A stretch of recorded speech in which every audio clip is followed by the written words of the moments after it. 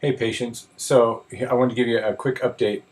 I want you to look at this image first. This is kind of how I'm gauging the look of the path that I'm developing on the document, and I'm using these three um, little elements as sort of we'll look at the elements they're gonna reflect that over here. So because I'm using black, I wanted to see a way that some other professional uses black rather than a lighter color like green or copper or whatever colors these circuit boards actually are.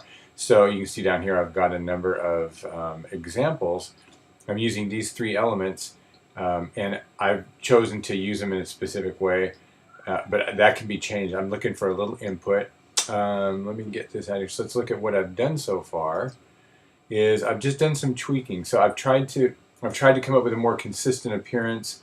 I can't join these shapes into one, so I'm having a little bit of a hard time lining up these elements. I decided to make the size more consistent as opposed to trying to kind of get this narrowing view or this sort of like way that I made them go. Well, I kind of changed some of these as well, but I want a more consistent view. So this is the look that I've developed versus this. All these, of course, are clickable. What I'm wondering is, should these be the elements at the end of these circuits, or should they just remain the same? So I've got these clickable elements here. Let me get back to the get back there. Oops. Get back to the first page.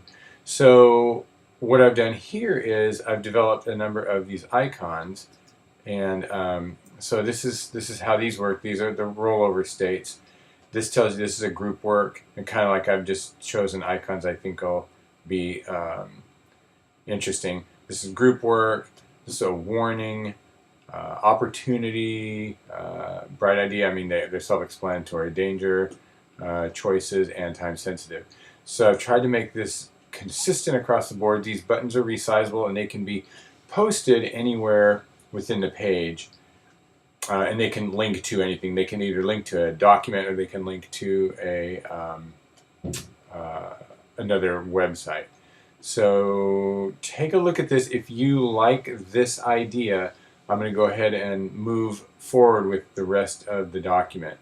I've kind of nailed these down. I feel better about these. I don't quite understand why these aren't lining up like they are on the